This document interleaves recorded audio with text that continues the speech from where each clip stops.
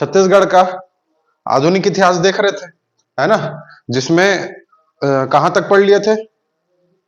प्रांतीय विधानसभा का क्या देखे थे जी? चुनाव। आवाज क्लियर है ना?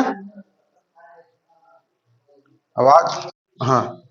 प्रांतीय विधानसभा का चुनाव देखे थे, जो कैसे चुनाव हुआ वो देखे, है ना। सबसे पहले ये जो चुनाव हुआ था, कब हुआ था प्रांतीय विधानसभा का चुनाव? 1937 में हुआ था, है ना, 1937 में हुआ था। और ये 1937 का जो चुनाव हुआ था, वो अंग्रेजों के द्वारा बनाए गए किस कानून के तहत हुआ था? भारत शासन अधिनियम 1935 के तहत हुआ था। और इसमें कितने प्रांतों में चुनाव हुए? एक बार रिपीट कर लेते हैं, 2 मिनट। कितने प्रांतों में चुनाव हुए थे जी? 11 प्रांत। और कांग्रेस का बहुमत कितना को मिला? 8 को। और 3 जो है वो समर्थन में था। उसके बाद उसी 8 जिसमें बहुमत मिला था, उसमें से एक था हमारा प्रांत। हमारा प्रांत मतलब कौन सा प्रांत? मध्य प्रांत, है ना। हाँ, और उस मध्य प्रांत में क्या क्या क्षेत्र, आज के जो क्षेत्र आते थे, आज का पूरा छत्तीसगढ़ आता था उस मध्य प्रांत में। आज का पूरा मध्य छत्तीसगढ़, मध्य प्रदेश, नागपुर वाला क्षेत्र, और कौन सा 1936 में जो आया, बरार, है ना। ये सब मध्य प्रांत के भाग थे, जिसमें हम लोग पढ़े थे छत्तीसगढ़ का, कि छत्तीसगढ़ से कौन कौन से प्रतिनिधि, प्रमुख स्थानों के कौन कौन से प्रतिनिधि चुन के गए थे। जैसे रायपुर से कौन थे?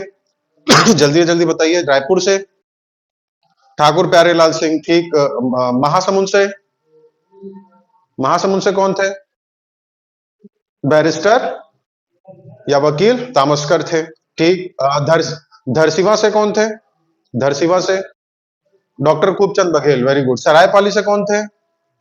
सरायपाली पंडित रविशंकर शुक्ल, क्या बात है। दुर्ग से कौन थे? दुर्ग से घनश्याम सिंह गुप्त, ठीक। कटघोरा से कौन थे? Katghora, very good, Amar Singh Sehgal. उसके बाद इधर देखे थे कौन सा? जांजगीर। जांजगीर से कौन थे?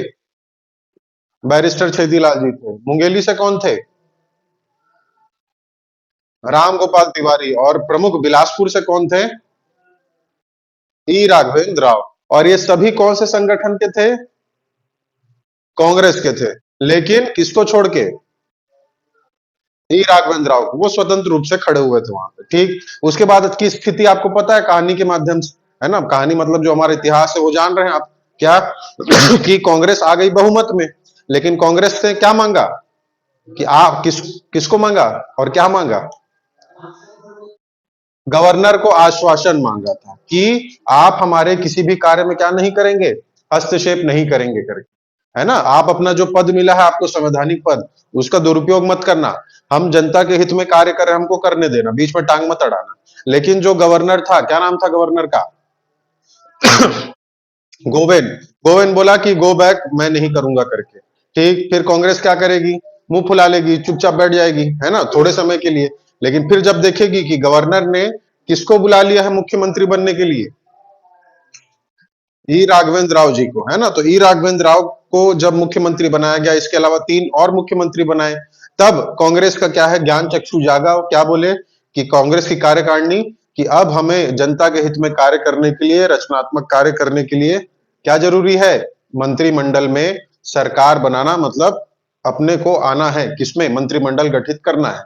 उसके बाद फिर आश्वासन भी मिल गया, और फिर इनको त्याग पत्र देना पड़ा। किनको? ई राघवेंद्र राव जी को। ई राघवेंद्र राव कब त्याग पत्र दिए?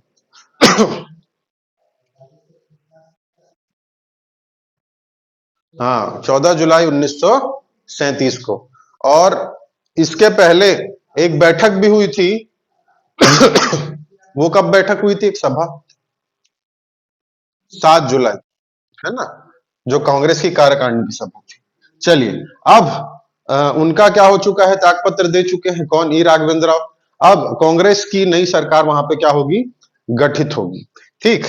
तो 1 मिनट ऐड कर, हाँ।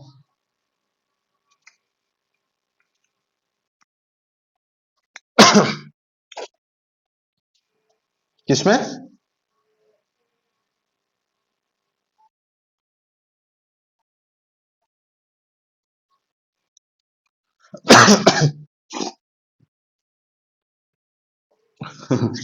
बुक में तो घनश्याम सिंह गुप्त का नाम भी नहीं दिया हुआ है, लेकिन फिर भी वहां पे विधानसभा के अध्यक्ष दिया रहता है ना। तो वही बता रहा हूं कि आधा आधा है, तो मैं आप लोग को पूरा बता रहा हूं यहाँ पे। ठीक है, तो 8 को 8 प्रांत वाले में लेना, ना कि क्षेत्र वाले, है ना। हम लोग क्षेत्र 9 प्रमुख रूप से पढ़े हैं, इसके अलावा एक दो और थे, लेकिन यहाँ पे आपको 9 प्रमुख रूप से याद रखने हैं। ठीक, चलिए, तो अब नया टॉपिक रहेगा। नया टॉपिक क्या? कांग्रेस मंत्रिमंडल का गठन। कौन सा कांग्रेस मंत्रिमंडल का गठन? तो जो ई राघवेंद्र राव जी को, मतलब जो जब त्याग पत्र दिए तब ये जो बहुमत वाले थे वो लोग आए, उसका गठन। तो यहां पे आपको मंत्रियों के नाम, जैसे उसमें क्या याद किए थे, प्रतिनिधियों के नाम याद किए थे, है ना, वैसे इसमें आपको क्या याद रखना है, मंत्रियों के नाम याद रखने हैं कि कौन कौन क्या क्या पद मिला था उनको। ठीक, चलिए, तो 1 मिनट ऐड कर लो। हाँ, तो हेडिंग लिखिए, कांग्रेस मंत्रिमंडल का गठन। कांग्रेस मंत्रिमंडल का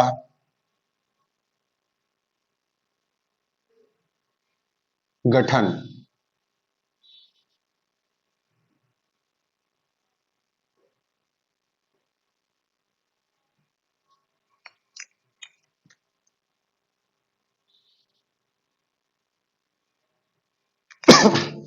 चलिए, अब सबसे पहला जो इसका डेट रहेगा, कब गठित हुआ, है ना। तो जब वो त्याग पत्र दिए थे, कब त्याग पत्र दिए थे जी? 14 जुलाई, है ना। तो जो गठन करने का आपका दिनांक या कब करके जो पूछेगा, गठित कब हुआ करके, वो भी कब रहेगा? 14 जुलाई 1937 ही रहेगा। ठीक, तो यहां पे सबसे पहला पॉइंट यही लिख लीजिए, क्या, कि कब गठित हुआ। तो 14 जुलाई 1937, 14 जुलाई 1937। ठीक, उसके बाद त्याग पत्र किसने दिया था तब ये मंत्रिमंडल गठित हुआ? तो डॉक्टर ई राघवेंद्र राव ने। ठीक, कभी कभी क्या है, एक बार कूट में प्रश्न पूछा था कि जो ये प्रांतीय विधानसभा का चुनाव था, यानी ये जो कांग्रेस का मंत्रिमंडल बाद में गठित हुआ, उसमें विपक्ष के नेता कौन कौन थे, ठीक है, या कौन थे करके। तो उसमें कौन होंगे विपक्ष के नेता? एक नाम तो आपको पता ही है। विपक्ष समझ गए ना? विपक्ष समझ, हाँ भाई, जैसे दो पार्टी हैं, आप अभी चुनाव हुआ, सब हाल फिलहाल जानते हैं, है ना। कौन सत्ता में आई है, बहुमत किसको मिला? तो भाजपा को मिला है अभी वर्तमान में, है ना। किसको कम वोट मिले? तो कांग्रेस को कम वोट मिले, तो कांग्रेस किस में चली गई? विपक्ष में चली गई। वैसे उस समय किसको ज्यादा वोट मिला था? कांग्रेस को मिला था। और जो इंडिविजुअल खड़े हुए थे, है ना, यानी ई राघवेंद्र राव जी, इनके अलावा बहुत सारे और लोग थे, वो सब कहां चले गए? वो सब चले गए विपक्ष में। तो जो विपक्ष के प्रमुख नेता बने थे इस मंत्रिमंडल में, कांग्रेस का जो मंत्रिमंडल गठित हुआ था, उस समय जो विपक्ष के नेता थे वो कौन थे? डॉक्टर डॉक्टर ई राघवेंद्र राव। ठीक है, तो लिख लीजिए इसको भी, डॉक्टर ई राघवेंद्र राव, डॉक्टर ई राघवेंद्र राव ने त्याग पत्र दिया तथा विपक्ष के नेता बने। ठीक, ये पॉइंट आपको याद रखना है। उसके बाद फिर क्या याद रखना है? मंत्रिमंडल। ठीक है, कि कौन मुख्यमंत्री, कौन शिक्षा मंत्री, कौन वित्त मंत्री, ये सब। तो इसमें देखिए, जो मंत्रिमंडल अभी गठित होगा उसमें आपको गिन के 2 से 3 नाम ही आपको ज्यादा याद रखने हैं अभी फिलहाल के लिए, है ना। जब आप मेंस में आंसर राइटिंग करेंगे तो उसमें पूरे नाम लिखने पड़ेंगे, है ना, अगर ज्यादा नंबर का प्रश्न आ गया तो। लेकिन इसमें आपको 3 से 4 या 2-3 नाम ही इंपॉर्टेंट है। ठीक है, उसको अच्छे से फोकस करना है। तो मंत्रिमंडल गठित हुआ, सबसे प्रमुख कौन होता है मंत्रिमंडल का? मुख्यमंत्री होता है। ठीक, तो सबसे पहले पॉइंट लिख लीजिए, मुख्यमंत्री। तो मुख्यमंत्री कौन थे? तो आपको बताया था मैं कि जिन्होंने नागपुर में सभा की थी, हाँ, नारायण भास्कर खरे, है ना, सबसे पहले जो विरोध किए थे वही किए थे, है ना, अध्यक्ष बने थे सभा के। तो याद रखिएगा, मुख्यमंत्री डॉक्टर नारायण भास्कर खरे। ठीक, नेक्स्ट पॉइंट, ये इंपॉर्टेंट है ना, ये नाम आपको याद रखना है। उसके बाद दूसरा नाम, ये भी बहुत बार पूछा है, क्या कि विधानसभा अध्यक्ष या व्यवस्थापिका के अध्यक्ष कौन थे करके। कौन थे विधानसभा अध्यक्ष, दुर्ग से चुन के गए थे? घनश्याम सिंह गुप्त। अभी कौन है विधानसभा अध्यक्ष? डॉक्टर रमन सिंह। और अभी मुख्यमंत्री कौन है? हाँ, घनश्याम सिंह गुप्त। ठीक, उसके बाद फिर क्या पूछता है? उसके बाद पूछता है सबसे इंपॉर्टेंट, मुख्यमंत्री, मुख्यमंत्री के बाद विधानसभा अध्यक्ष, विधानसभा अध्यक्ष के बाद पूछता है शिक्षा मंत्री, कि उस समय शिक्षा मंत्री कौन थे, है ना, और उनके द्वारा चलाई गई योजना का नाम भी पूछता है। आगे देखेंगे उसको। तो यहाँ पे थर्ड पॉइंट लिखिएगा, शिक्षा मंत्री। अभी कौन है शिक्षा मंत्री? बृजमोहन अग्रवाल। चलिए, तो शिक्षा मंत्री उस समय थे सरायपाली से चुन के आए हुए कौन? पंडित रविशंकर शुक्ल। ठीक, नेक्स्ट पॉइंट, यही तीन ज्यादा इंपॉर्टेंट है, मुख्यमंत्री, विधानसभा अध्यक्ष और शिक्षा मंत्री। ठीक, उसके बाद वित्त मंत्री का नाम पूछता है। वित्त मंत्री कौन थे? तो वित्त मंत्री थे दुर्गा शंकर मेहता। वित्त मंत्री दुर्गा शंकर मेहता। दुर्गा शंकर मेहता। तुरंत याद होने चाहिए सब नाम, तुरंत अभी याद करते चलो।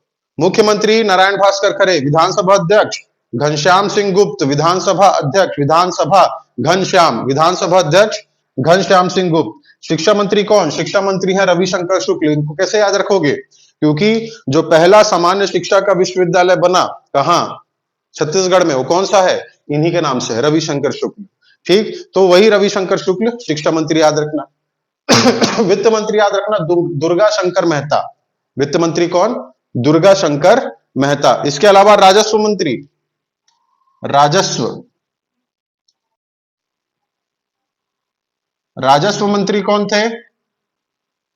तो लंबा चौड़ा नाम है इनका, क्या? पुरुषोत्तम बलवंत गोले। पुरुषोत्तम बलवंत गोले। अब यहां पे एक मेरा प्रश्न है, ये आपको जो नाम दिखाई दे रहे हैं, क्या? दुर्गा शंकर मेहता का, पुरुषोत्तम बलवंत गोले का, ये आपको कभी हम लोग छत्तीसगढ़ के इतिहास में पढ़े इनको अभी तक? या इनके नाम से कभी आप रोड, स्कूल, योजना योजना का कभी नाम देखे? दुर्गा शंकर मेहता या पुरुषोत्तम छत्तीसगढ़ में?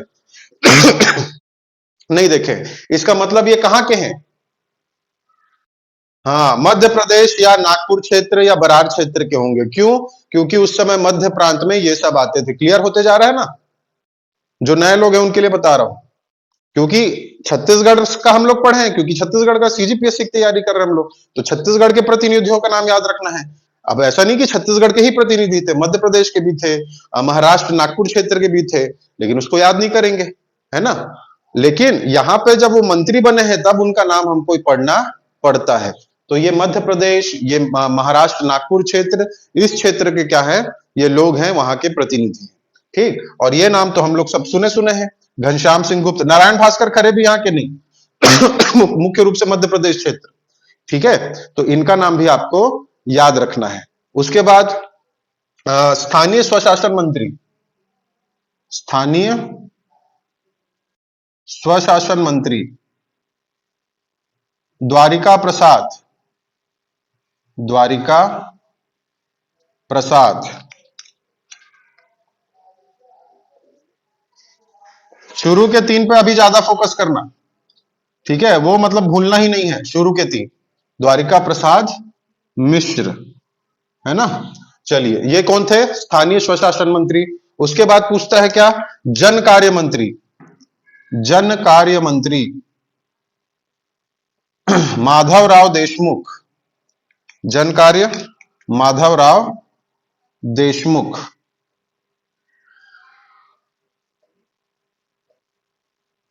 ठीक।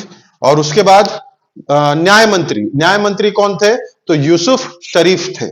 ठीक है, न्याय मंत्री कौन थे? यूसुफ शरीफ, मोहम्मद यूसुफ शरीफ।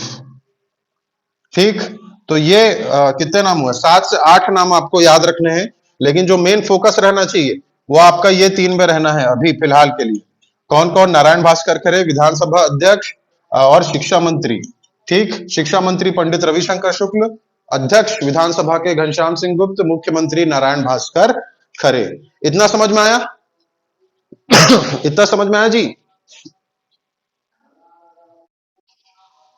हाँ, चलिए, तो ये वाला पोर्शन मिटा दूं, आगे बढ़ते हैं, है ना। अब क्या हुआ? अब थोड़ा सा और कहानी सुनिए अच्छे से। क्या हुआ? अब बहुमत में आ गई थी सरकार। अब बहुमत में आ गई थी सरकार। नहीं, स्क्रीनशॉट नहीं, अब वीडियो से ही देख लिया करो। मैं क्या बता रहा था? हम्म, क्या बोल रहा था जी? भूल गया, टोके तो। हाँ, अभी का 3 पार्ट में है ये कहानी, है ना। पहला पार्ट क्या था कि कांग्रेस बहुमत में थी, है ना। और दूसरा फिर क्या हुआ? कांग्रेस में बहुमत में आई, ई राघवेंद्र राव जो बना दिए गए थे जबरदस्ती, है ना, गवर्नर और उनके परामर्श से। उसके बाद फिर दूसरी कहानी क्या है? दूसरी कहानी यह है कि ई राघवेंद्र राव जो स्वतंत्र रूप से खड़े थे, लेकिन उनको बना दिया गया था मुख्यमंत्री, उन्होंने त्याग पत्र दिया और ये नया मंत्रिमंडल कांग्रेस का गठित हुआ। ये दूसरा पार्ट था। तीसरे पार्ट में क्या होता है कि ये जो आपको दिखाई दे रहे हैं, कौन? मुख्यमंत्री। कौन है मुख्यमंत्री? डॉक्टर नारायण भास्कर खरे।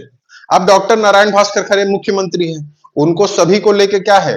चलना है, क्योंकि मेन जिम्मेदारी उन्हीं के ऊपर है सरकार की, है ना। तो वहां पे वो क्या नहीं कर पाए। अब भाई क्या होता है, बहुत सारे लोग एक साथ आते हैं, सबकी अलग अलग रुचि, सबकी अलग अलग मंशा रहती है, सबके अलग अलग विचार रहते हैं। तो उस विचारों में क्या हो जाता है? मतभेद हो जाता है ना। कोई दूसरा सोचता है, कोई तीसरा अलग टाइप से सोचता है ना। तो वैसी क्या होने लगा, अपने ही मंत्रिमंडल में, अपने ही सरकार में नीति को लेके, पॉलिसी मेकिंग को लेके क्या होने लगा? डिस्प्यूट होने लगा, आपस में ही वो लोग कॉन्फ्लिक्ट हो, मतलब इसमें क्या होने लगा? विचारों में मतभेद होने लगे। नीति निर्माण तो करना है, पॉलिसी बनानी है, लेकिन उसमें अलग अलग लोग अलग अलग तरीके से कहने लगे, कोई एक मत नहीं होने लगा। तो उसके कारण क्या हुआ? इन्होंने अपने पद से क्या दे दिया कि मैं संभाल नहीं पा रहा हूं तुम लोग को। ये क्या कर दिए? पद से, हाँ, त्याग पत्र दे दिए। ठीक है, क्या दे दिए? त्याग पत्र दे दिए। तो ये तीसरा पार्ट है इस मंत्रिमंडल का, मतलब ये जो टॉपिक का पहला पार्ट था ई राघवेंद्र राव जी वाला, है ना, और गवर्नर गोवेन वाला, है ना, वो स्टोरी याद रखना है। दूसरे पार्ट में क्या याद रखना है? ये याद रखना है कि यहां पे कि कैसे सरकार बनी। तो सिंपल, वो आए, बहुमत थी तो सरकार बनी। लेकिन यहां पे नारायण भास्कर खरे क्यों त्यागपत्र दे रहे हैं? क्यों दे रहे हैं त्यागपत्र, बताइए। तीसरा पार्ट।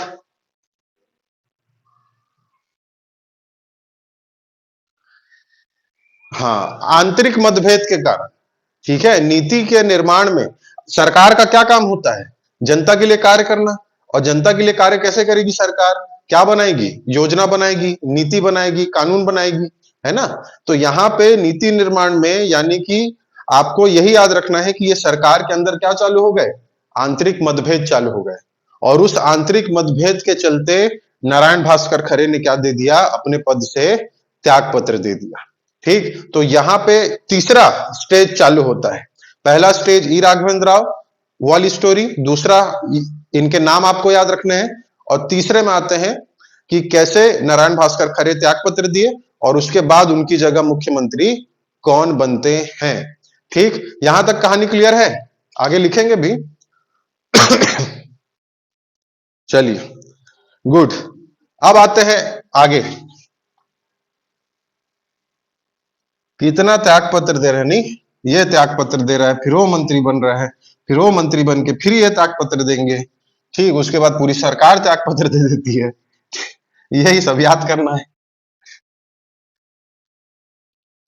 नहीं, अपने पद से त्याग पत्र दिए हैं, बस वो पद खाली होगा, मुख्यमंत्री का पद ही खाली होगा। पूरा मंत्रिमंडल एक साथ त्याग पत्र नहीं दिए, ये सिर्फ अपने पद से त्याग पत्र दिए। बाकी जो है, कौन? बाकी जो मंत्री थे ये सब, ये एज इट इज वही थे, ठीक है, अपने पद पे ही बरकरार थे। अभी के हिसाब से मत सोचना कि मुख्यमंत्री दिए तो पूरा मंत्रिमंडल वो हो जाएगा, है ना? अभी अब हाँ, मैं समझ गया क्या कहना चाह रहे थे कि अभी मुख्यमंत्री तो देता है तो फिर सब पूरा वो नहीं, उस समय का अलग था नियम कायदा कानून, अभी का अलग है। तो आज उस समय का आज से रिलेट मत करना, ठीक है? मैं कल भी बोला था यही चीज को, है ना? तो यहाँ पे सिर्फ मुख्यमंत्री का पद क्या हुआ है, खाली हुआ है, उसी की क्या हो जाएगी, उसी की पूर्ति की जाएगी, ठीक है? तो चलिए टॉपिक को ही मिटा देता हूं। अब जो आपका मेन हेडिंग रहेगा वो क्या रहेगा? कांग्रेस के नवीन मंत्रिमंडल का गठन। ठीक है, ये कांग्रेस के मंत्रिमंडल का गठन था, है ना? अब नवीन मंत्रिमंडल का गठन होगा। ठीक है, नवीन मंत्रिमंडल इसलिए कहा जा रहा है क्योंकि मंत्रिमंडल का जो मुखिया है, कौन? मुख्यमंत्री, वही चेंज हो रहा है ना? तो आपका जो नेक्स्ट टॉपिक रहेगा वो यही रहेगा, कांग्रेस के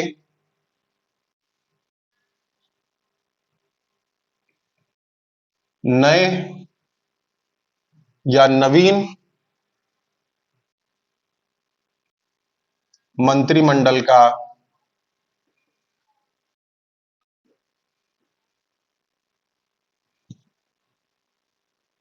गठन। चलिए, अब सबसे पहला पॉइंट आपको पता ही है क्या, कि नारायण भास्कर खरे द्वारा क्या दे दिया गया है? त्याग पत्र दे दिया गया है। ठीक, तो आप यहां पे यही लिख लीजिए भाई, फर्स्ट पॉइंट। कब ये नवीन मंत्रिमंडल गठित हुआ, है ना? इसका भी डेट पूछता है।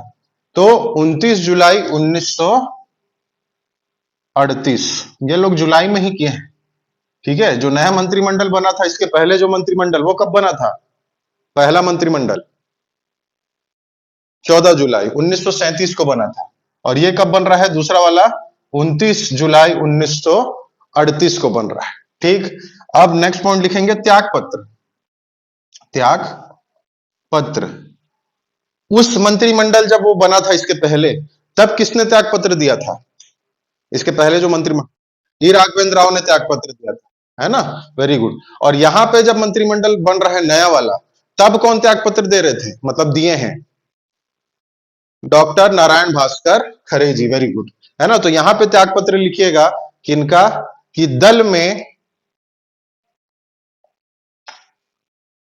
दल में नीतिगत मतभेद होने के कारण, नीतिगत मतभेद होने के कारण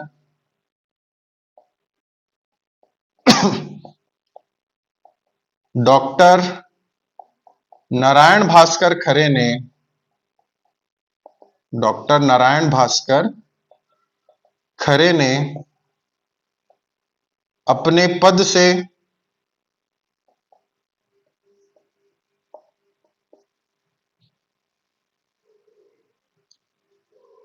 से त्याग पत्र दे दिया, त्याग पत्र दे दिया। अब ये त्याग पत्र कब दिया है ना? तो वही 29 जुलाई वाला ही डेट आपको याद रखना है। ठीक, अब त्याग पत्र दे दिया है, मुख्यमंत्री की कुर्सी क्या है, अभी खाली है ना? तो जो हाई कमान है, जैसे कि अभी छत्तीसगढ़ में बीजेपी की सरकार है, तो यहाँ पे लोग आपस में डिसाइड करते हैं क्या कि ये योजना लागू करते हैं? अभी जो है चावल फ्री कर दिया गया है ना? पता ही होगा चावल क्या हो गया है जी, अभी फ्री हो गया है। कब तक फ्री है? 2000 है 8 साल तक हाँ 2028 तक। ठीक है, तो यहाँ पे क्या बता रहा था, यहाँ पे जो ये निर्णय लिया गया है वो अपने से ही लिए हैं क्या, जो विष्णुदेव साय जी हैं और जो अन्य मंत्री हैं, अपने से ही निर्णय लिए हैं कि कहीं से आदेश लिए थे, कहीं से निर्देश, कहीं से डिस्कस, चर्चा किए होंगे? हाँ, केंद्र से किए होंगे, है ना? और केंद्र में उन्हीं की पार्टी के लोग हैं, अमित शाह है, नरेंद्र मोदी है, ये सब डिसाइड किए, जेपी नड्डा। तो उस समय भी क्या था कि जो कांग्रेस थी, ये अभी रविशंकर शुक्ल देख रहे हैं, खरे जी देख रहे हैं, घनश्याम सिंह गुप्त को देख रहे हैं, तो उस समय कांग्रेस में बड़े नेता कौन थे जो केंद्रीय स्तर पे क्या कर रहे थे, प्रचार प्रसार कर रहे थे? महात्मा ठीक है, कांग्रेस से जुड़े हुए, कांग्रेस से जुड़े हुए प्रमुख नेता, जैसे नेहरू जी, जैसे पटेल जी, जवाहरलाल नेहरू, है ना, सरदार वल्लभ भाई पटेल, ये सब क्या थे, ये बड़े प्रमुख नेता थे।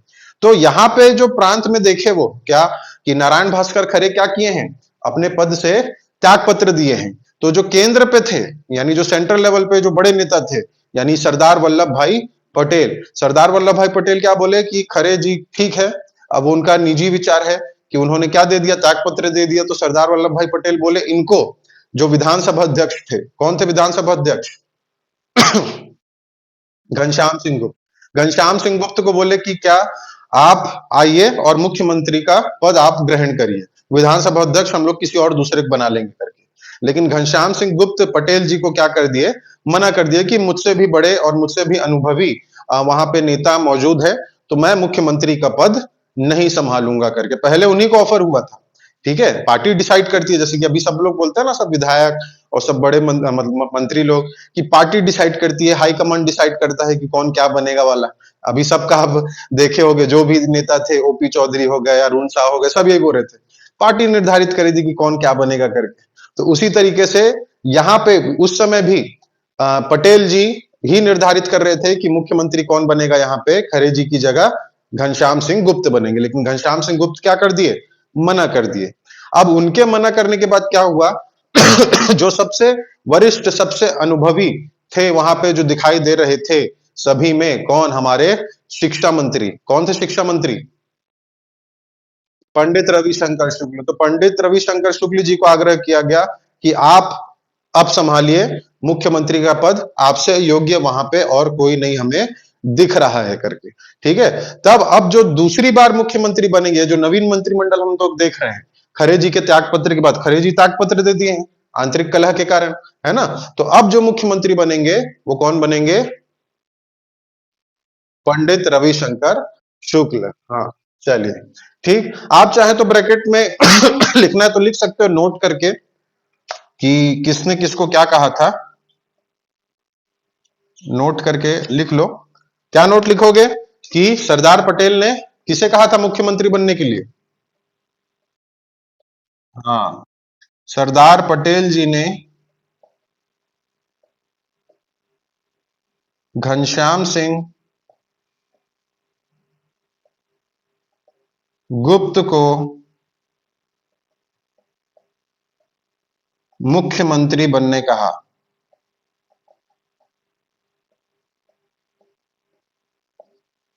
लेकिन उन्होंने क्या कर दिया, मना कर दिया, इंकार कर दिया, लेकिन उन्होंने इंकार कर दिया।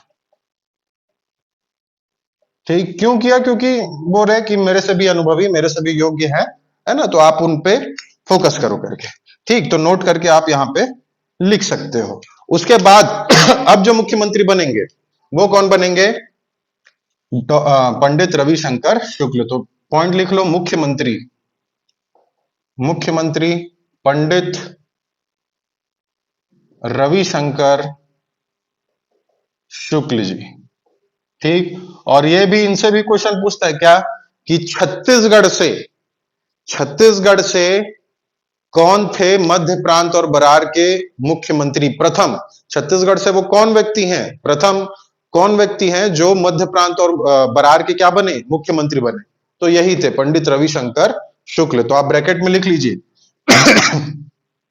मध्य प्रांत के, मध्य प्रांत व बरार के छत्तीसगढ़ से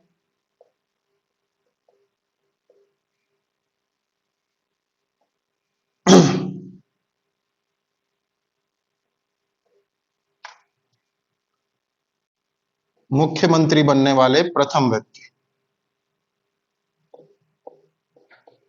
ये प्रश्न सीधे तौर पे पूछता है ना, तो आप ये याद रखेंगे। इसके पहले वो कौन सा पद संभाले थे, तो इसके पहले वो संभाले थे शिक्षा मंत्री का पद। अब मुख्यमंत्री का पद खाली हुआ, तो जो शिक्षा मंत्री थे पंडित रविशंकर शुक्ल, उनको बना दिया गया। अब कौन सा पद खाली हो गया है, अब शिक्षा मंत्री का पद खाली है ना। तो अब शिक्षा मंत्री किसे बनाया जाएगा, तो जिन्होंने पहली लाइब्रेरी बनाई थी राजनांदगांव में, कौन थे, राजनांदगांव में जो प्रथम सरस्वती लाइब्रेरी बनी 1909, कौन, किसके द्वारा बनाया गया था? किसके द्वारा बनाया गया था?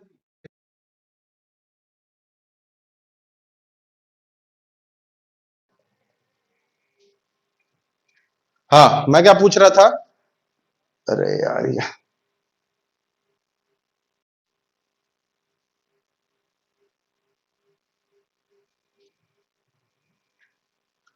हाँ, मैं क्या पूछ रहा था कि शिक्षा मंत्री उन्हें बनाया गया जो कौन थे राजनांदगांव में जिन्होंने प्रथम लाइब्रेरी बनाई थी, कौन? ठाकुर प्यारेलाल सिंह, है ना? तो अब जो शिक्षा मंत्री का पद ग्रहण किए वो कौन किए? ठाकुर प्यारेलाल सिंह जी किए, है ना? तो यहां पे आप लिख लीजिए शिक्षा मंत्री ठाकुर प्यारेलाल सिंह। इसके पहले देखे थे हम लोग, कोई पद मिला था इन्हें? नहीं मिला था। तो इनको बनाया गया क्या? शिक्षा मंत्री ठाकुर प्यारेलाल सिंह। और ये ठाकुर प्यारेलाल सिंह कहां से चुन के गए थे? रायपुर से ही चुना, है ना? चलिए, तो याद होते जा रहे हैं, पॉइंट्स क्लियर होते जा रहे हैं। हाँ, चलिए अब, हाँ,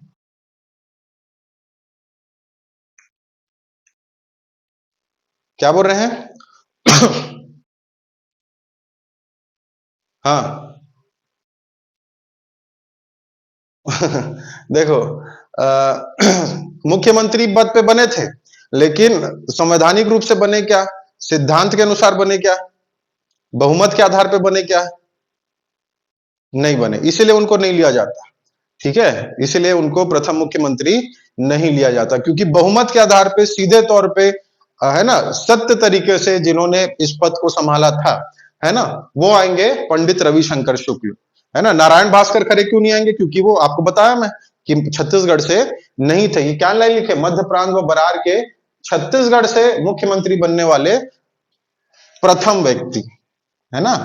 प्रथम व्यक्ति थे कौन? पंडित रविशंकर शुक्ल। ई राघवेंद्र राव भी मुख्यमंत्री बने। नारायण भास्कर खरे से पहले बन गए थे, लेकिन वो सिद्धांतिक रूप से, संवैधानिक रूप से नहीं बने थे, है ना? उनको बनवाया गया था कहां से? हाई कमान के आदेश द्वारा। पढ़े थे कि नहीं पढ़े थे?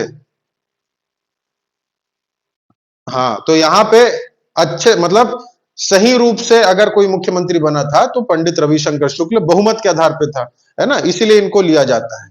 ठीक है, ना कि रविशंकर शुक्ल, सॉरी, ना कि ई राघवेंद्र राव। लेकिन गवर्नर की बात करता है कि गवर्नर कौन बने थे करके, तो किसको लिया जाता है प्रथम गवर्नर करके?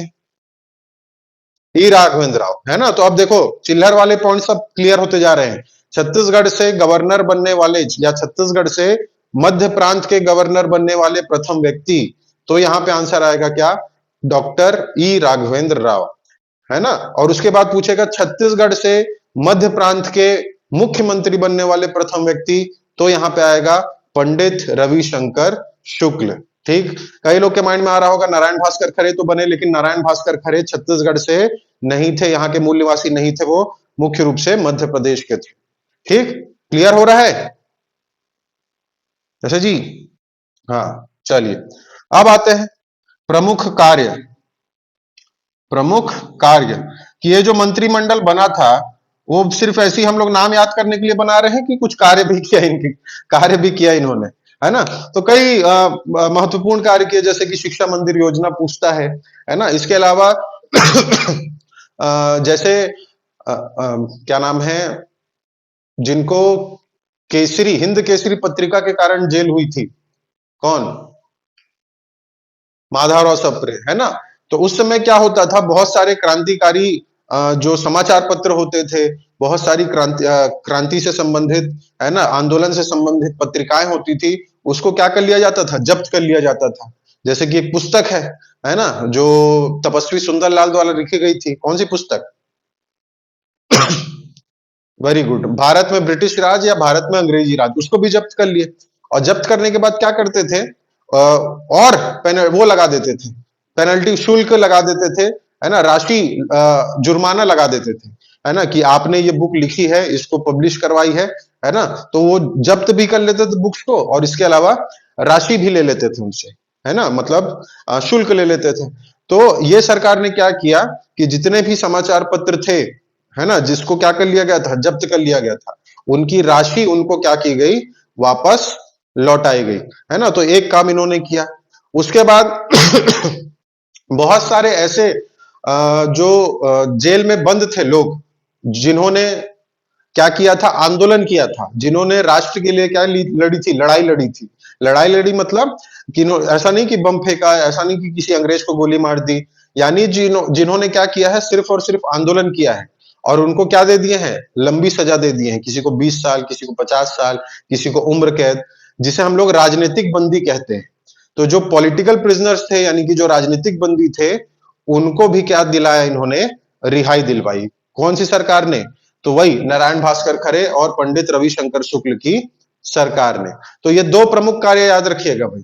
पहला कार्य क्या था, समाचार पत्रों की जो जब्त राशि थी उसको क्या किए, वापस कराए, वापस लौटाए। इसके अलावा जो राजनीतिक बंदी थे उनकी भी सजा कम कराई गई, और साथ ही कई लोगों को क्या किया गया, रिहा भी किया गया।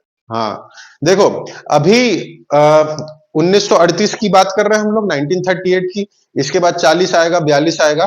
तो उस समय जो छत्तीसगढ़ के जो यंगस्टर्स थे, यंगस्टर मतलब जो 23, 24, 25 साल के थे, जैसे परसराम सोनी, इसके अलावा बहुत सारे लोग, है ना। तो वो लोग जो कार्य करते थे, है ना, कहीं बम मार दिए, है ना, दीवार तोड़ दिए, कहीं किसी को मारपीट कर दिए, ठीक है, यानी अंग्रेज को पीट दिया किसी को। तो जब उनके ऊपर केस चलता था, है ना, वो जब सब 17, 18, 20, 24 साल के जो लड़के रहते थे, उनपे जब केस चलता था, तो यही व्यक्ति, कौन व्यक्ति, पंडित रविशंकर शुक्ल जो है, उनको छुड़ाने का कार्य करते थे। क्योंकि ये क्या थे, ये मुख्य रूप से इनका नहीं, पेशा वकील थे। हाँ, वेरी गुड, वकील थे, है ना। तो उनपे जो केस लड़ता था, जैसे परसराम सोनी इत्यादि बहुत सारे लोग, है ना, बम फेंक दिए, ये कर दिए, तो उनका केस, उनके छुड़ाने का कार्य यही करते थे, उनका केस लड़ते थे, है ना। तो ये अनुभवी हो चुके थे। और यहाँ पे युवा जोश, तो ये युवा जोश और अनुभवी व्यक्ति, यानी अनुभव और जब जोश, युवा जोश काम आता है, तब फिर सकारात्मक रूप से फिर कार्य निष्पादित होने लगे। तो पंडित रविशंकर शुक्ल 1938 में क्या बने, मुख्यमंत्री बने थे, शिक्षा मंत्री थे प्यारेलाल सिंह। तो जो अभी प्रमुख कार्य बोला उसको लिख लीजिए। जैसे फर्स्ट पॉइंट, मंत्रिमंडल द्वारा राजनीतिक बंदियों की या राजनीतिक कैदियों की, किसी का माइक ऑन है क्या जी, राजनीतिक कैदियों की सजा कम तथा माफ करवाई गई। ठीक, इसके अलावा और क्या किया, तो इसके अलावा जो समाचार पत्र थे, है ना, करवाई गई, तथा जो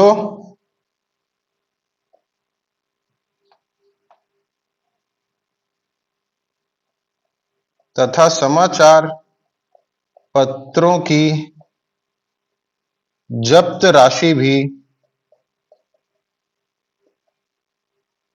लौटाई गई। ठीक, ये हो गया क्या, प्रमुख कार्य इनका। इसके अलावा अभी तो मुख्यमंत्री है पंडित रविशंकर शुक्ल, इसके पहले क्या थे, शिक्षा मंत्री थे। तब जब वो शिक्षा मंत्री थे, तब उन्होंने एक योजना लाई थी, है ना, बहुत बार पूछा है ऑब्जेक्टिव में, सबको पता भी होगा, कौन सी योजना,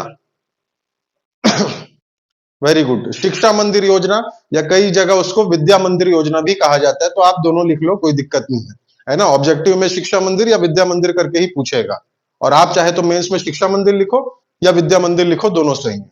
तो पंडित रविशंकर शुक्ल द्वारा, जब वो शिक्षा मंत्री थे, अभी मुख्यमंत्री बन गए हैं, लेकिन 37 में क्या थे, शिक्षा मंत्री थे, तब उन्होंने शिक्षा मंदिर योजना या विद्या मंदिर योजना लागू करवाई थी अपने क्षेत्र में, यानी कि मध्य प्रांत में।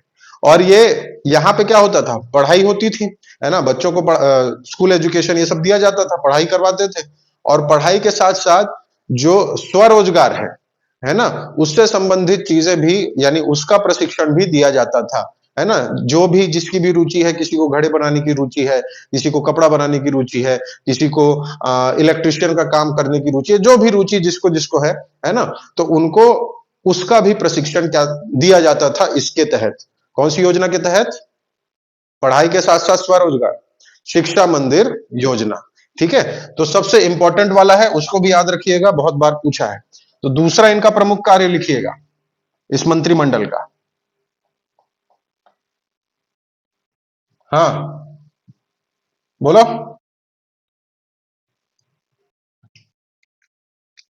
हाँ, छत्तीसगढ़ में क्या हो रहा था? छत्तीसगढ़ में भी तो यही सब हो रहा था जी। अभी जैसे आप, मैं अगर आप बोलोगे कि सर इसके पहले थोड़ा एग्जांपल लेता हूं। अभी आप ऐसे समझना, अभी किसकी सरकार थी जस्ट पहले? अभी तो हालांकि कोई बीजेपी की योजना नहीं आई है, इसके पहले कांग्रेस की जो सरकार थी, भूपेश बघेल सरकार, उसमें राम मंदिर योजना आई थी, राम वनगमन पथ, है ना? तो वो पूरे छत्तीसगढ़ के लिए थी। अब आपका प्रश्न है कि सर जब ये मध्य प्रांत में ये सब हो रहा था, तो छत्तीसगढ़ में क्या हो रहा था? तो उसको मैं ऐसे बता रहा हूं कि भूपेश बघेल जी ने जो राम वनगमन पथ लाया है ना, तो वो पूरे प्रदेश के लिए लाया था। तो बस्तर में भी हो रहा था, है ना? सरगुजा संभाग में भी हो रहा था, दुर्ग में भी हो रहा था, रायपुर में भी हो रहा था, बिलासपुर में भी हो रहा था। तो उस समय ये जितना भी योजना आ रही है, जितने भी कार्य हो रहे हैं, वो मध्य प्रदेश में भी हो रहे हैं, वो बरार में भी हो रहे हैं, वो नागपुर में भी हो रहे हैं, और वो छत्तीसगढ़ में भी हो रहे हैं। क्लियर है? हाँ, वो आगे पढ़ेंगे, आगे डायनामाइट केस वो सब आगे आएगा व्यक्तिगत सत्याग्रह के बाद। ये आगे की बात है। हाँ, ये आगे की बात है। ठीक है, चलो। तो दूसरा पॉइंट लिखिएगा, सेकंड पॉइंट। शिक्षा मंत्री, शिक्षा शिक्षा मंत्री रहे पंडित रविशंकर शुक्ल द्वारा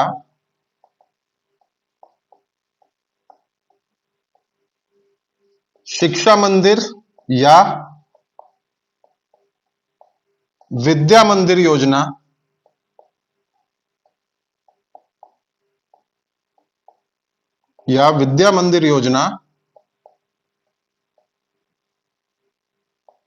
लागू की गई थी। और इसमें सिर्फ पढ़ाई होती थी, है ना? कैसे? सिर्फ पढ़ाई होती थी क्या? नहीं होता था, है ना? तो ब्रैकेट में आप लिख लीजिएगा, हाँ, कि शिक्षा के साथ साथ स्वरोजगार हेतु प्रशिक्षण भी दिया जाता था, है ना? तो लिख लो, शिक्षा के साथ साथ स्वरोजगार हेतु, स्वरोजगार हेतु प्रशिक्षण भी दिया जाता था। इसको 5 स्टार रेटिंग दे देना भाई, बहुत बार पूछा है। ठीक है, अब इसका दो नाम इसलिए पड़ता है क्योंकि कई जो इतिहासकार हैं, है ना, इसको शिक्षा मंदिर बताए हैं इस योजना को। और जो एक बुक है जो गवर्नमेंट बोलती है कि हम इसका ही दावा पत्ती स्वीकार करेंगे, कौन सी? कौन सा अकादमी? हिंदी ग्रंथ अकादमी, है ना? तो हिंदी ग्रंथ अकादमी की जो पुस्तक है छत्तीसगढ़ समग्र, उसमें इसको विद्या मंदिर योजना बताया है। तो हिंदी ग्रंथ अकादमी के अनुसार विद्या मंदिर योजना, और अन्य जो इतिहासकार हैं जिसको बहुत सारी बुक्स जो है फॉलो करते हैं, वो शिक्षा मंदिर बताते हैं। तो दोनों ही सही है, आप दोनों ही याद रखिएगा, शिक्षा मंदिर या विद्या मंदिर योजना। इसको बहुत इंपॉर्टेंट भाई, बहुत बार पूछा है, तो इसको भूलिएगा नहीं। ठीक, उसके बाद अब कहानी में फिर ट्विस्ट आएगा। ठीक है, अब क्या ट्विस्ट आता है? उस समय जो वायसराय था, हाँ ये होमवर्क दिया था मैं, है ना, कि उस समय जो वायसराय था उसका नाम क्या था करके। तो कल एक सही वही बताए थे, लेकिन श्योर नहीं थे कई लोग। कौन कौन थे वायसराय उस समय? लिनलिथगो, वेरी गुड, है ना? उस समय वायसराय कौन थे? लिनलिथगो था। थे ज्यादा इज्जत दे रहा हूं मैं, था। उस समय जो वायसराय था वो लिनलिथगो था। तो मतलब पूरे भारत का प्रमुख। तो उसने क्या किया 1939 में, है ना, 1939 में उसने क्या किया कि उस समय युद्ध हो रहा था ब्रिटेन का जर्मनी के साथ। ठीक है, ब्रिटेन और हमारे छत्तीसगढ़ में कौन राज कर रहे थे? ब्रिटिशर ही राज कर रहे थे, है ना? तो ब्रिटेन का जब जर्मनी से युद्ध चल रहा था, तो अपनी सेना बढ़ाने के लिए, युद्ध में भाग लेने के लिए क्योंकि वो प्रमुख था भारत का, तो उसने बिना हमसे पूछे, बिना भारतीयों से पूछे, बिना भारत के प्रतिनिधियों से पूछे, यानी कि कांग्रेस और अन्य जो जितने भी दल थे, जितने भी प्रमुख व्यक्ति हैं, जितने भी प्रमुख बुद्धिजीवी लोग हैं, उनसे बिना पूछे उसने क्या किया, क्या बोला कि भारत के जितने भी सैनिक हैं, जो भारतीय हैं, वो क्या करेंगे, ब्रिटेन का साथ देंगे जर्मनी से लड़ाई लड़ने में। कब की बात है, 1939 की बात है। ठीक है, तो जब वायसराय ने क्या किया, क्योंकि भारत का प्रमुख था, कुछ भी कर सकता है भाई, बिना पूछे कर लिया वो, है ना। तब यहाँ के लोग क्या किए, इसका विरोध किए, है ना। कितने प्रांतों में मुख्य रूप से बहुमत में सरकार बनी थी कांग्रेस की? 8 प्रांतों में, है ना। कितने प्रांत? तो 8 प्रांतों की कांग्रेस सरकार ने क्या दे दिया, त्याग पत्र दे दिया, यानी सरकार यानी मंत्रिमंडल ने त्याग पत्र दे दिया। तो अभी मुख्यमंत्री कौन है, पंडित रविशंकर शुक्ल। और पंडित रविशंकर शुक्ल के साथ उतने जितने भी उनके कैबिनेट मिनिस्टर थे, यानी जितने भी मंत्री थे, उन्होंने अपने पद से त्याग पत्र दे दिया। ठीक है, कि आपने, और रीजन क्या था त्याग पत्र का, क्योंकि लिनलिथगो ने बिना उनसे पूछे, यानी बिना भारतीयों से पूछे, उसने ब्रिटेन और जर्मनी का जो युद्ध हो रहा था उसमें ब्रिटेन का साथ देने के लिए भारतीयों को बोल दिया। ठीक है, बोल दिया क्या मतलब, आदेश था कि आपको लेना ही लेना है करके। ठीक है, तो इसलिए यहां की सरकार ने त्याग पत्र दे दिया। तो ये लास्ट टॉपिक था किसका, ये प्रांतीय चुनाव वाले का। ठीक, एक बार मैं 1 मिनट में फिर से कहानी को रिपीट कर रहा हूं, है ना, ध्यान से समझना। भारत शासन अधिनियम के तहत 1937 में चुनाव, कांग्रेस आई है बहुमत में। कांग्रेस ने मांगा है गवर्नर गोविंद से आश्वासन कि आप हस्तक्षेप नहीं करोगे। गोविंद बोल दिया नहीं दूंगा आश्वासन, और गोविंद ने ई राघवेंद्र राव और इनके अलावा 3 लोग को मंत्री बना दिया, है ना, और ई राघवेंद्र राव को मुख्यमंत्री बनाया। ई राघवेंद्र राव और मुख्य अन्य जो थे वो मंत्री थे। कांग्रेस को बाद में होश आया कि नहीं, हम ऐसा हाथ पे हाथ धर के नहीं बैठ सकते, है ना, हमको कुछ कार्य करना है तो मंत्रिमंडल में आना पड़ेगा। तब वो लोग फिर आते हैं मंत्रिमंडल में। उसमें जो मुख्यमंत्री रहते हैं वो कौन रहते हैं, उसमें रहते हैं मुख्यमंत्री नारायण भास्कर खरे। ई राघवेंद्र राव बन जाते हैं विपक्ष के नेता। ठीक, और उस समय शिक्षा मंत्री रविशंकर शुक्ल, विधानसभा अध्यक्ष कौन रहते हैं घनश्याम सिंह गुप्त रहते हैं, वित्त मंत्री, न्याय मंत्री, ये सब अलग अलग मंत्री बनते हैं। उसके बाद फिर क्या होता है, सरकार चलती है। फिर क्या होगा कि आंतरिक कलह हो जाता है। ठीक है, नीति निर्माण को लेके, विभिन्न चीजों को लेके मतभेद हो जाता है। उस मतभेद में क्या होता है कि नारायण भास्कर खरे अपने पद से त्याग पत्र दे देते हैं। ठीक, अब त्याग पत्र देने के बाद उनकी जगह मुख्यमंत्री कौन बनते हैं, रविशंकर शुक्ल। और रविशंकर शुक्ल जिस विभाग को छोड़े थे, शिक्षा विभाग यानी शिक्षा मंत्री, उसकी उनकी जगह बन जाते हैं ठाकुर प्यारेलाल सिंह। अब ये सरकार फिर चलती है थोड़े दिन, मतलब उसके बाद फिर क्या होगा, लिनलिथगो आएगा और बोलेगा कि मैं तुमको भेज रहा हूं, कहा, ब्रिटेन से युद्ध लड़, मतलब जर्मनी से युद्ध लड़ने, ब्रिटेन का साथ दो। तो ये लोग क्या करते हैं, अपने पद से पूरे के पूरे मुख्यमंत्री और मंत्रिमंडल क्या होता है, त्याग पत्र दे देता है। ये था इस कहानी की इतिश्री। क्लियर है, क्लियर है जी, कि भारी भारी गया क्लियर है ना, आज क्लियर है। हाँ, कुछ नहीं है भाई, हाँ, 2 से 3 बार पढ़ोगे और क्लियर हो जाएगा अच्छे से, है ना। इसमें जो इंपॉर्टेंट है ना, वो डेट इंपॉर्टेंट है, कि कब किसने किसने त्याग पत्र दिया करके। ठीक है, तो इन्होंने कब त्याग पत्र दिया, ई राघवेंद्र राव जी ने 14 जुलाई, एक वो डेट इंपॉर्टेंट है ना, ई राघवेंद्र राव जी का त्याग पत्र 14 जुलाई। और नारायण भास्कर खरे जी का त्याग पत्र इंपॉर्टेंट है, जब नवीन मंत्रिमंडल गठित हुआ। हाँ, 29 जुलाई 1938 को। चलिए, अब एक लास्ट डेट याद रख लो, छोटा सा हेडिंग भी लिख लीजिए नवीन मंत्रिमंडल का त्यागपत्र। नवीन मंत्रिमंडल का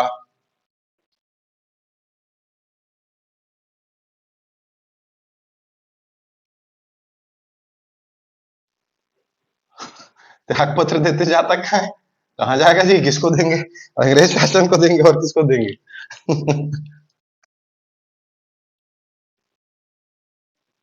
अच्छा, ये मतलब उसको बोल रहे हो, लेटर वो सबको बोल रहे हो अब उनके रिकॉर्ड में होगा, नष्ट वष्ट हो गया होगा। लेकिन ये सब जो जितना भी अभी हम लोग ये इतिहास पढ़ रहे हैं ना, ये सब जो अंग्रेज अपने गजेटियर में लिखे हैं, है ना, उसके हिसाब से ये चल रहा है। उसके हिसाब से फिर इतिहासकारों ने लिखा।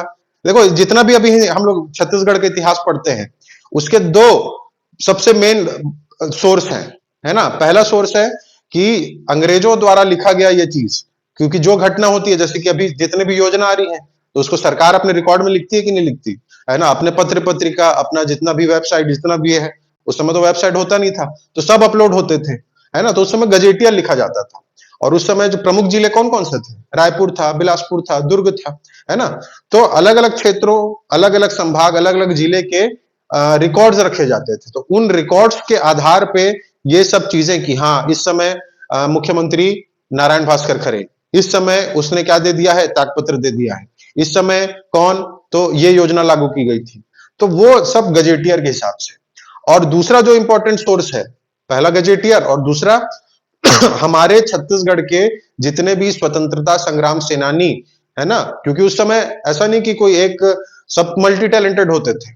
चाहे आप स्वतंत्रता संग्राम सेनानी, चाहे आप वकील हो, तो ऐसा मतलब नहीं कि आप वकालती कर रहे हो। उन लोग बुक भी लिखते थे, अपनी आत्मकथा लिखते थे, है ना। अपने दूसरों की ऑटोबायोग्राफी लिखते थे। साथ ही जैसे रविशंकर शुक्ल स्वतंत्रता संग्राम सेनानी है, वकील भी है, लेकिन बहुत सारी लेख भी उनके हैं, बहुत सारी रचनाएं भी उनकी हैं, है ना। तो उन रचनाओं में जो बातें बताई गई, उसी को आधार मान के ये पूरा इतिहास हम लोग अभी पढ़ते हैं, लिखते हैं। ठीक है। तो ये दो मेन सोर्स है, और सबसे बड़ा जो सोर्स है वो गजेटियर है, जिसमें पूरा रिकॉर्ड ये सब मेंटेन है। तो उसी को आधार मान के जितना भी इतिहास है वो लिखा गया, और लिखने के बाद वो फिर बुक में पब्लिश हुआ। और वो बुक से फिर जो शुरुआत के एक आध कोचिंग जब खुले थे छत्तीसगढ़ में, इक्का दुक्का नाम, जो पुराने नाम आप सुनते हैं, है ना, वो सब बुक बनाया। और उसके बाद तो अब चना मुर्रा जैसे हो गए कोचिंग, है ना, जगह जगह कोचिंग सेंटर दिखते हैं आपको। तो वो सब अब धीरे धीरे होने लगा। लेकिन उसके बाद फिर क्या हुआ कि अब मार्केट में कंपटीशन आ गया, है ना, कि किसकी बुक खरीदने वाला। इधर भी देखो बुक्स, इधर भी देखो बुक्स, उधर भी देखो बुक्स, इधर भी देखो, जहां देखो बुक बुक, है ना। तो अब बच्चा जो है, स्टूडेंट है, वो किसकी बुक खरीदेगा। तब अट्रैक्ट करने वाली चीजें आई। पहले सही जानकारी रहती थी, है ना। 2015 के बाद जब कंपटीशन बढ़ा, 15-16 के बाद, है ना, जब चना मुर्रा हकन के एकदम, जब कोचिंग सेंटर और बहुत सारा फलाना ढिकाना खुल गए, तब कंपटीशन बढ़ा और अट्रैक्ट करने वाली चीजें आई, पैसा खींचना, ये खींचना, वो खींचना वाला। तब फिर उसमें चेंजेस होने लगे, किसमें, इतिहास में ही। उसके पहले सही थी चीजें, थोड़ा बहुत डेटा का, थोड़ा बहुत नाम का परिवर्तन चलता है, लेकिन इतिहास को ही चेंज करने वाली चीजें वो बाद में आने लगी, जब कंपटीशन बढ़ने लगा। तो कोई बुक वाले छाप रहे हैं, जैसे कि मैं एग्जांपल भी बताया था कि बाली सुग्रीव की लड़ाई सरगुजा में हुई थी। आए कहां से, तो तेरे बाबा देखने गया था वहां पे सरगुजा में देखने के लिए। अजीब टाइप, मतलब गुस्सा भी आ जाता है कि इस टाइप का इतिहास। अब वो बच्चा जो नया है, जो अलग तरीके से पढ़ रहा है, जो कुछ नहीं जानता, वो तो यही समझेगा ना कि बाली सुग्रीव की लड़ाई कहाँ हुई है, सरगुजा में हुई है करके। इतिहास में लिख दिया उसको बुक में, कोचिंग वाले, है ना, और पढ़ रहे हैं, पढ़ा भी रहे हैं, और बच्चा वही ध्यान में आ रहा है। तो क्या वो छत्तीसगढ़ के इतिहास को जानेगा, क्या वो तैयारी करेगा। तैयारी करके चल निकल भी गया मान लो जैसे तैसे, लेकिन उसके मन में तो यही रहेगा ना कि छत्तीसगढ़ में हुआ था, लेकिन एक्चुअल आपको पता है कहाँ हुआ था, कर्नाटक, इस क्षेत्र में। तो ये जो बहुत सारे एग्जाम्पल है इसमें इतिहास का छेड़छाड़ वाला, है ना। वही लाक्षागृह और फलाना, बहुत अब तो और बहुत सारी चेंजेस आ रहे हैं, है ना। अब जब बच्चा देखता है कि अरे उसमें तो नया चीज बताया है, उसमें पता चला है कि हनुमान श्रीलंका में नहीं ले गए थे, किसको, वो पर्वत को, छत्तीसगढ़ में एक टुकड़ा फेंकाया था ऊपर से, है ना। तो कोई बुक में मिला, तो सब वो बुक को पढ़ रहे हैं। तो ये सब जो चीजें हैं, है ना, तो आपको जो है ऑथेंटिक चीजें ही पढ़नी है। बार बार बोला हूं कि दोस्ती यारी के चक्कर में, कि इसने ये बुक खरीद लिया, उसने ये बुक खरीद लिया, इसमें एक पॉइंट नया दिया है, उसमें 2 पॉइंट नया दिया हुआ है, तो उस पॉइंट के चक्कर में आप पूरी बुक मत खरीदो। जो भी बुक है आपके पास, जिस भी पब्लिकेशन की है, जिस भी कोचिंग सेंटर की है, वो बुक आपके लिए बहुत अच्छी है, लेकिन एक बुक ना, है ना, एक सब्जेक्ट की एक बुक पर्याप्त है, 1 से 2 बुक, ज्यादा से ज्यादा 3-4 बुक लेने की कोई आवश्यकता नहीं है। आपको पढ़ना है, पढ़ाना नहीं है। पढ़ाना होता तो मैं बोलता कि हाँ 8 बुक, आपको 10 बुक नाम दे देता, चलो पढ़ाओ, पढ़ाना है तो करके। लेकिन आपको पढ़ना है, एग्जाम क्लियर करना है, इसीलिए आपके पास एक सब्जेक्ट की 1 से 2 बुक ही होनी चाहिए। ठीक है, एक बुक हो रही है तो भी बहुत है, एक बुक को 10 बार पढ़ो, सिवाय 10 बुक को एक बार पढ़ने से। ठीक, तो ऑथेंटिक चीजें पढ़िए, और इधर भेड़ वेड़ चाल में मत जाना कभी भी कि ये वाला अच्छा है वो वाला अच्छा है ना। थोड़े बहुत अपडेशन के चलते आप पूरी बुक मत खरीदो, जो पुरानी रखी हुई है जो है वही। नए में सिर्फ और सिर्फ आपको क्या लेना है, डेटा से संबंधित जो करंट अफेयर की बुक्स आती हैं उसी को लेना। भाई इतिहास कैसे चेंज हो जाएगा, बिंबा जी थोड़ी द्वापर युग में पैदा हो जाएंगे, वो तो मराठा काल में ही रहेंगे, है ना। तो वो पर्याप्त रहेगा। चेंजेस सिर्फ और सिर्फ करंट अफेयर के लिए लीजिएगा। क्लियर है जी? चलो, तो अब लास्ट आ जाते हैं नवीन मंत्रिमंडल का गठन। तो सबसे पहले सॉरी, नवीन मंत्रिमंडल का त्यागपत्र। तो कब दिए त्यागपत्र, डेट पूछता है कब दिए, है ना। तो 8 नवंबर, 8 नवंबर 1949। अब 3 डेट हो गए। 3 डेट कौन कौन से,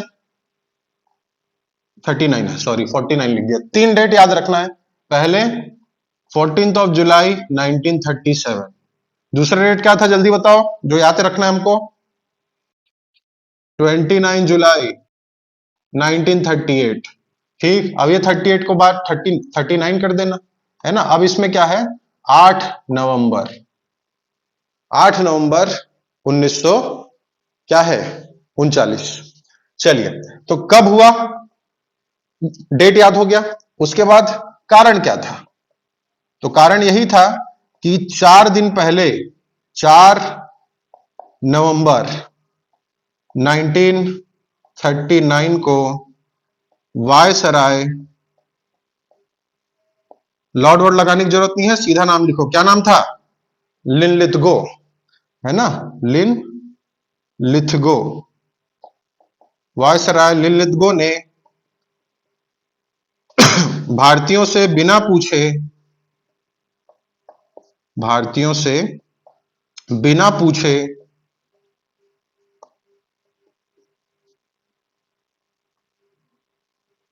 भारत को ब्रिटेन व जर्मनी के युद्ध में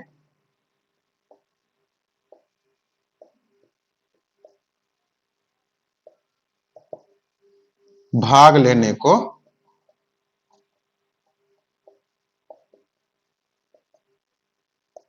ठीक।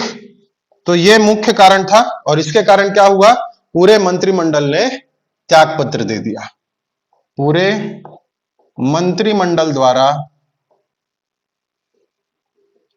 त्यागपत्र दे दिया गया, ठीक। तो ये था चुनाव, चुनाव से संबंधित क्या क्या कार्य हुए, और उस कार्य के अंत में क्या चीज हुआ, तो कहां पे कौन सा टर्न एंड ट्विस्ट है, वो चीज आपको यहां पे याद रखना इंपॉर्टेंट है भाई, है ना। इसीलिए मैं आज टेस्ट भी नहीं लिया, क्योंकि ये टॉपिक को कंप्लीट भी करना था, है ना, नहीं तो फिर वो 2 दिन में गैप हो जाता, है ना। तो साथ साथ में था, इसलिए मैं इसको आज कंप्लीट हुआ, ताकि याद भी रहेगा आपको अच्छे से, ठीक। तो ये पूरा टॉपिक कहां से, चुनाव से लेके अभी तक का, वो पूरा क्लियर है। यहां पे कहीं किसी को कोई डाउट, कैसे, शुरुआत से लेके, नहीं सर, ठीक है। तो चलो, बाकी फिर नेक्स्ट क्लास में देखेंगे नेक्स्ट टॉपिक, है ना। अब जो नेक्स्ट टॉपिक आएंगे उसमें जो सबसे इंपॉर्टेंट रहेगा वो रहेगा व्यक्तिगत सत्याग्रह। और उसके बाद फिर जैसे कि अभी पूछ रहे थे कि जो परशुराम सोनी जी हैं और अन्य व्यक्ति जो हैं वो सब बड़े बड़े जो कार्य हैं वो लोग कब करेंगे करके, है ना। तो 1940 के बाद वो सब कार्य आएंगे, ठीक है। अभी इन्हीं का दौर चल रहा है, किनका, पंडित रविशंकर शुक्ल जी लोग का। उसके बाद फिर अब नए चेहरे आप लोग को दिखाई देंगे। तो इसके बाद 38 के बाद एक जो इंपॉर्टेंट टॉपिक रहेगा वो रहेगा 1939 का एक अधिवेशन, जिसकी चर्चा हम लोग शुरुआत में किए थे, जिसमें छत्तीसगढ़ की मांग रखी गई थी। कौन सा अधिवेशन, त्रिपुरी अधिवेशन, वेरी गुड। एक टॉपिक वो इंपॉर्टेंट रहेगा। उसके बाद 39 के बाद फिर 39 के बाद फिर 40 वाला, 1940 वाला, कौन सा, व्यक्तिगत सत्याग्रह, ठीक है, वो आपका इंपॉर्टेंट रहेगा, ठीक। तो अभी तक जितना भी पढ़े हैं 1885 से लेके अभी तक का, वो सब, या जहां से भी आप क्लास ज्वाइन किए हो वहां से लेके अभी तक का आपको अच्छी तरह से कंठस्थ होना चाहिए, ठीक है। और हाँ, एक चीज और है कि अगर किसी को मैथ्स और रीजनिंग की क्लास करनी है अच्छी तरीके से, तो आशीष वर्मा सर का नाम आप जान रहे हैं, है ना? तो आशीष वर्मा सर की एक नई बैच चालू हो रही है 8 अभी मंडे से, है ना? 8 जनवरी से। तो आप कांटेक्ट कर सकते हैं उनको। मैं ग्रुप में नंबर पहले भी भेज दिया था, अभी भी भेज दूंगा। ठीक है? तो अगर किसी को ज्वाइन करना है लंबे समय के लिए, है ना, तो आप उनसे कांटेक्ट कर सकते हैं। ठीक? तो चलिए, और कोई डाउट रहेगा तो बताइएगा, बाकी नेक्स्ट क्लास में देखेंगे।